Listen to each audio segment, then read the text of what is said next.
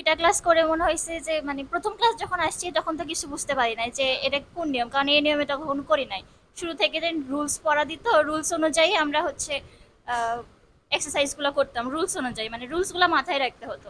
তো এখন তো অতগুলা রুলস মাথায় রাখতে হয় না। তারপরে সেকেন্ড ক্লাস থার্ড ক্লাস এভাবে করতে করতে মনে হয়েছে যে এটা তো বেস্ট পদ্ধতি। মানে এর আগে তো হচ্ছে মানে এত রুলস আমরা তো মনে রাখতে পারি না, কিন্তু যখন ওইটা একটা একটা সেন্টেন্স দিয়ে আমরা সবগুলো মানে এই উপাদানগুলো পাচ্ছি, subject verb object complement adverb, তখন মানে বুঝতে আরো বেশি সুবিধা হচ্ছে। কিন্তু যখন হচ্ছে সবগুলো সেন্টেন্স আলাদা আলাদা, ধরেন একটা সেন্টেন্স থেকে আমরা নাউন বের করতাম, আবার আরেকটা সেন্টেন্স থেকে সেখান থেকে আবার অ্যাডজেক্টিভ বের করতাম, ওভাবে মানে সবগুলো সেন্টেন্স বোঝা যাইতো না, বুঝতে পারতাম না যে কিন্তু এখন একটা তো ধরো সেন্টেন্সের গ্রামারটা একসাথে ফাংশন একসাথে করে চলে কিনা, আসছে। হ্যাঁ, জি স্যার। এবং সেটা হওয়া উচিত কিনা, একটা বাক্যের ভিতরে তো সবই আসতেছে, কিন্তু আলাদা আলাদা আয়োজন করে শেখার কিছু নাই, একসাথেই প্রায় সবই ফাংশন করে। ফাংশন।